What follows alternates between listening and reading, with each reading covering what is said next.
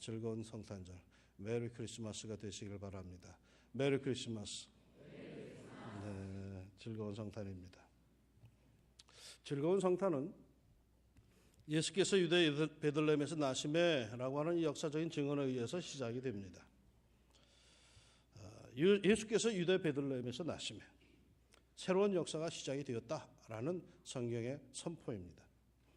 그것은 하늘에서 시작된 것으로서 우리의 인간들이 이래라 저래라 할 사안은 아니었습니다. 이 역사는 매우 중요한 의미를 담고 있는 것으로 애당초 인간의 의지가 담긴 것이 아님을 드러내 보이기 위해서 동정녀의 탄생, 즉 처녀의 몸에서 예수께서 잉태됨으로 시작되었습니다. 지난 주날 말씀드린 그대로입니다. 예수께서 베들레헴에서 태어나셨다는 것은 이런 비상식적이고 비과학적인 길을 따라서 메시아가 태어난 역사입니다. 즉 이것은 하나님께서 새로운 창조의 길을 여신 것으로 이 길을 따라 거듭나는 하나님의 자녀들이 탄생하는 새 생명 출산의 길이 열린 것입니다. 그러기에 이것은 일방적인 하늘의 역사입니다. 그것도 성부 하나님의 의지의 역사였습니다. 선지자들은 구약 성경에서 이를 이렇게 표현하고 있습니다. 만군의 여호와의 열심히 이루시리라. 성탄의 역사는 말이죠, 만군의 여호와의 열심히 이 땅에서 이룬 하늘의 사건입니다. 이러한 하늘의 역사 예수 탄생의 역사에 우리 인간은 어떤 반응을 보였을까요? 오늘 성경은 한마디로 이렇게 서술을 하고 있습니다. 헤롯 왕과 온 예루살렘이 듣고 소동한지라. 소동이 일어납니다. 일대 혼란이 일어났다라고 증언하고 있습니다. 헤롯은 왜 흥분을 했을까요? 한 아기가 태어나든 말든 그게 통치자인 헤롯에게 무슨 상관이 있겠습니까? 헤롯은 한 아기가 태어났다는 이 사실에 왜 흥분을 하고 있는 걸까요? 헤롯이 관심을 보인 것은 아기가 태어났다라고 하는 사실이 아닙니다. 헤롯이 관심을 보인 것은 유대인의 왕으로 나신 이라고 하는 사실입니다. 아기가 태어난 것에는 헤롯은 도무지 관심이 없었습니다. 아기의 인권과 아기의 생명이란 헤롯에겐 아무런 관심도 의미도 없는 일이었습니다. 나중에 자신이 속은 줄 알고 화가 나서 칼을 휘두를 때 2살 아래의 아기들을 냉혹하게 모조리 죽일 정도로 그는 아기의 생명과 아기의 인권에 대해서는 관심이 없었던 인물입니다. 다만 그 아기가 유대인의 왕으로 태어났다는 것에 온 관심을 기울이고 있을 뿐입니다. 자기의 자리를 빼앗길지도 모른다라고 하는 불안함에 온 관심이 집중되어 있습니다. 자기가 누리던 것들을 혹시나 하는 그런 불안함 속에서 그는 온 신경을 곤두세우고 있는 것입니다. 헤롯의 관심은요, 오로지 자신의 세속적인 권세와 그 유지에 있었습니다.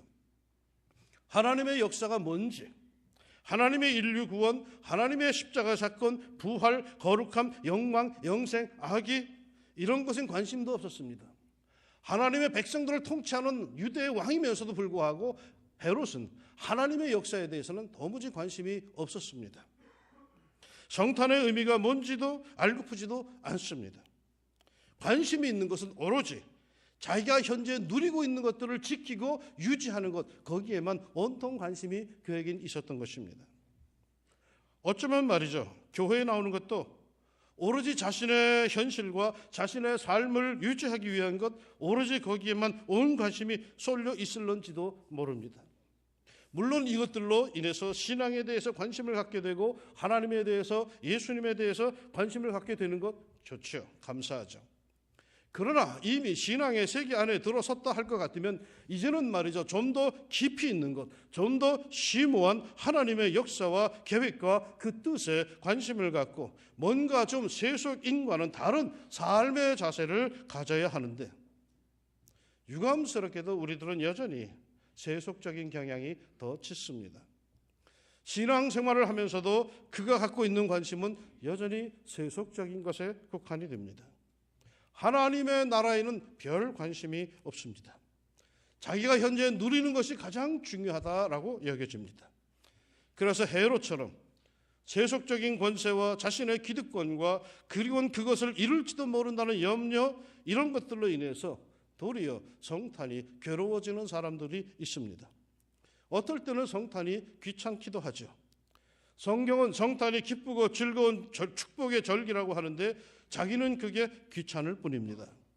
헤롯 계열의 사람들의 반응입니다. 한편 예루살렘 시민들은 어떠했을까요?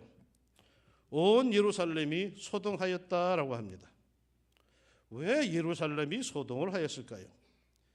이 소동은 무슨 의미의 소동일까요? 유대인의 왕이 태어났다는 소식에 온 예루살렘이 소동을 했다. 그럼에도 말이죠, 특이한 것은 그 유대인의 왕을 찾아 나서니가 없다라는 사실입니다. 분명히 어떤 소식이 딱 전해졌을 때에 확 사람들이 끌어올랐는데, 그런데 그 뒤로 그것이 비시시 가라앉았다라는 것입니다. 무슨 뜻일까요? 그들은 그 소식을 그저 스캔들 정도로 받아들였다라는 뜻입니다. 정말 유대인의 왕이 태어났다고 확신을 한다면 어째서 찾아 나서지 않았겠습니까? 어려운 현실에서 메시아를 대망하고 기다리던 이들이 많았죠. 그런데 성경을 아무리 살펴보아도 그 뒤로 유대인의 왕으로 태어나신 아기를 찾아 나선 이가 있다라고 하는 기록이 없습니다. 심지어 그 장소까지 베들레헴이라고 정확하게 맞춘 서기관과 대제사장들도 가만히 있습니다. 유대인의 왕으로 나신 이가 어디 있느냐라고 그 소식을 전해 들었을 때만 해도 센세이셔널하게 아주 소동이 일어났었는데 그 다음 날부터는 조용했다라는 것. 뭘 뜻하는 걸까요? 유대인의 왕이 태어났다는 소식에 발칵 뒤집어진 예루살렘, 소동에 휩싸인 예루살렘.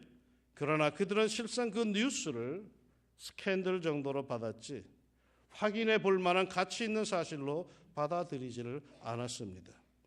그저 흥미로운 스캔들 정도로 받았습니다. 우리가 신앙생활하면서 많은 경우 요즘에도 그렇죠. 누가 믿음으로 치료를 받고 완쾌되었다라고 하면 그래? 하면서 그저 흥미롭게 바라볼 뿐 하나님의 역사에 대해서 경배하려고 하지를 않습니다. 누가 은혜를 받고 변화가 되었다라고 할 때 그래? 라고 하지 그 다음엔 도무지 관심이 없습니다. 언제나 그들의 입에서는 그들의 주위에서는 누가 어떻게 했대? 누가 저떻게 됐대? 그저 소문 정도이지 스캔들 정도로 모든 것을 받아들일 뿐입니다. 하나님의 역사 그걸 스캔들 정도로만 받아들인다면 평생 놀라운 소식 놀라운 역사를 듣기는 무지무지 많이 들어도 하나도 그것들이 자신과 상관이 없습니다. 누가 어떻게 해서 어떤 복을 받았는데 누가 어떻게 해서 어떤 은혜를 받았대 라는 이야기들이 평생 남의 이야기로만 들리지 결코 자신의 삶 속에서 이루어지는 법이 없습니다. 성경에 대해서 아는 것은 무지무지 많은데 그 성경의 역사가 단 하나도 자신의 삶 속에서 이루어지지 않는 이가 의외로 많습니다. 어릴 적부터 교회에서 자라고 배워서 성경에 무슨 구절 하면은 그 배경까지 줄줄 설명할 정도인데 그런 성경의 역사가 아무런 영향도 끼치지 못하는 그런 이들이 많습니다. 성경 어디 몇 장 몇 절 하면은 암송을 술술 하는데도 결코 그 말씀대로 변화되지 못하는 고집스러운 사람들이 의외로 많습니다. 목사들, 장로아들, 권사아들, 집사아들, 목사딸, 장로딸, 권사딸, 집사딸 어릴 적부터 말이죠. 귀동량에서 들은 것은 많은데 그 놀라운 역사들이 아무런 영향을 그에게 갖지를 못합니다. 왜? 그저 스캔들 정도로 남의 이야기 정도로 전해져 오는 이야기 정도로 그저 흥미거리 정도로 여기기 때문입니다. 성탄의 스토리는 스캔들이 아닙니다. 그건 말이죠. 동화가 아닙니다. 성탄의 스토리는 실제로 우리의 삶의 현장에서 펼쳐진 하나님의 위대한 역사입니다. 하나님께서 그토록 원하고 원하셨던 역사입니다. 하나님의 열심히 이룬 대서사시입니다. 그러기에 헤롯이나 예루살렘 사람들과는 사뭇 다른 반응을 보인 사람들이 있습니다. 이른바 동방의 박사들. 그들은 하늘을 연구하던 사람이었습니다. 그들은 하늘의 변화를 연구하던 사람들이었습니다.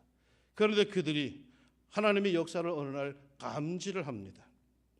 뭔가가 있다라는 것을 발견합니다. 그리고는 그것을 확인하기 위해서, 만약에 그게 사실로 밝혀진다면 경배해야 한다고 매우 귀한 예물까지 챙겨 들고는 그 먼 길을 나섭니다. 그것도 밤하늘의 별을 의지하고 말입니다. 낮에는 보이지도 않습니다. 낮에는 어디로 가야 할지 알지도 못합니다. 방향을 가늠할 수도 없습니다. 100일이 걸리는 여정이라면 정작 길을 찾을 수 있는 날은 50일 뿐입니다. 매우 답답한 행보이죠. 그럼에도 말이죠, 그들은 길을 나섭니다. 왜요? 확실한 하나님의 역사이기 때문에요.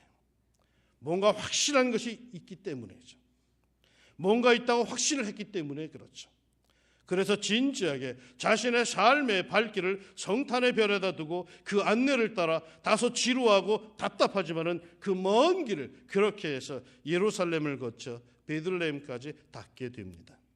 그리고 마침내 거룩한 백성들이라고 자처하던 유대인들은 단 한 명도 알지 못하고 경배하지 않는 그 현장에 무릎을 꿇고 경배와 찬양을 돌리고 돌아갑니다.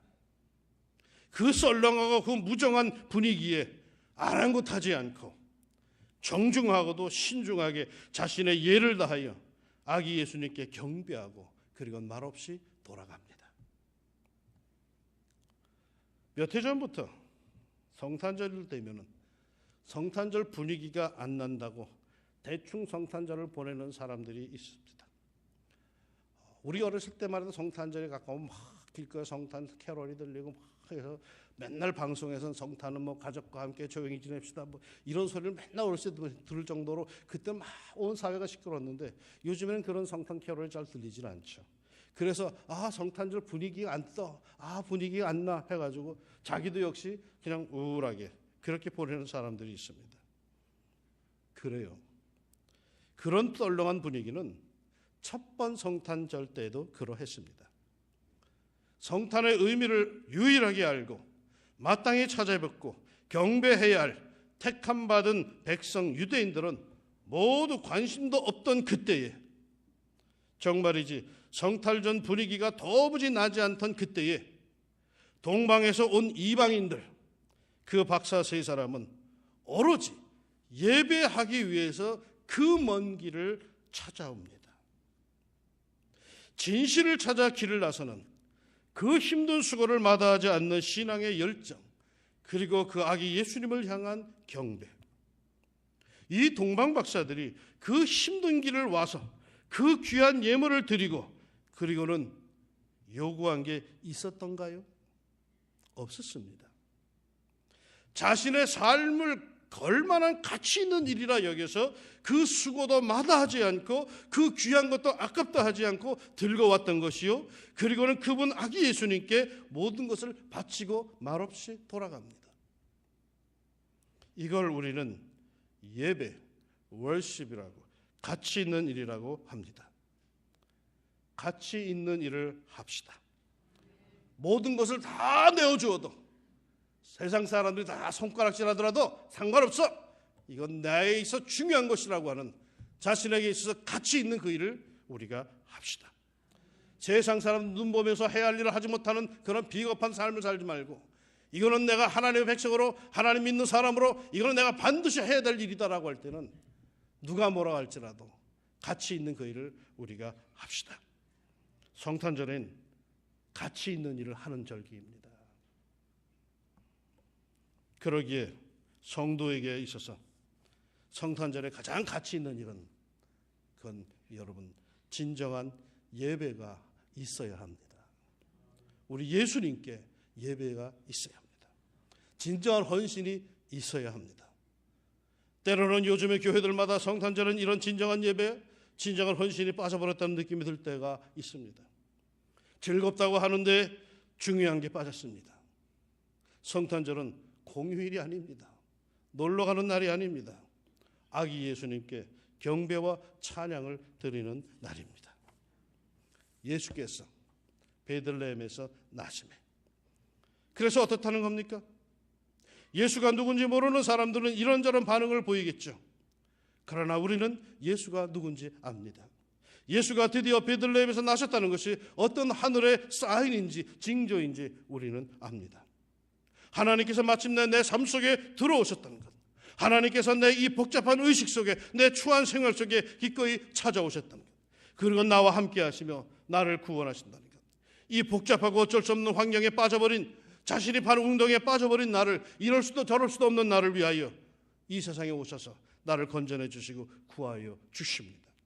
그러니 그 아기 예수님께 경배하러 갑시다. 그 아기 예수님께 예배하러 갑시다. 성탄절입니다. 가난한 일을 찾아가고 외로운 일을 찾아가고 생이 힘든 일을 찾아가야 합니다. 그런데 말이죠, 잊지 말아야 할 것이 있습니다. 우리가 꼭 찾아가야 할 이 아기 예수님. 오늘 예수님께서 베들레헴에서 나시매라고 성경은 말하는데 우리 보고 어떻게 하라는 겁니까? 그 아기 예수님께 무릎을 꿇읍시다. 그 아기 예수님께 경배합시다. 예배합시다. 그분이 내 삶의 구원자이십니다. 엎드려 절하세, 엎드려 절하세, 엎드려 절하세, 구세주 났네. 할렐루야. 내가 엎드려 경배할 때 그분은 나의 구원자로 마침내 나를 이렇게 세워줄 줄로 믿습니다. 이번 성탄절에는 이 은총의 역사가 예배하는 여러분에게 넘치기를 주의 이름으로 축원합니다. 기도합시다. 이 기쁨을 주신 하나님 감사합니다. 사는 것이 바쁘고 힘들어서 매일 쫓기듯 하나님께 나와 예배를 한다고 하면서도 늘 마음속에는 온통 세상의 것들이 꽉 짓누르고 있었는데 성탄절 이 절기에 아기 예수님을 바라보며 해맑은 사랑과 믿음을, 사랑을 회복할 수 있도록 기회를 주시는 것을 감사합니다. 잠시 모든 것 다 내려놓고 그 아기 예수님을 바라볼 수 있는 믿음을 저희에게 주시고 그 평화로운 아기 예수님을 바라보며 엎드려 경배할 때 주께서 나를 다시 붙잡아 이렇게 세워주시는 이 놀라움을 경험할 수 있는 성탄절이 되게 하여 주옵소서. 예수님의 이름으로 기도합니다. 아멘.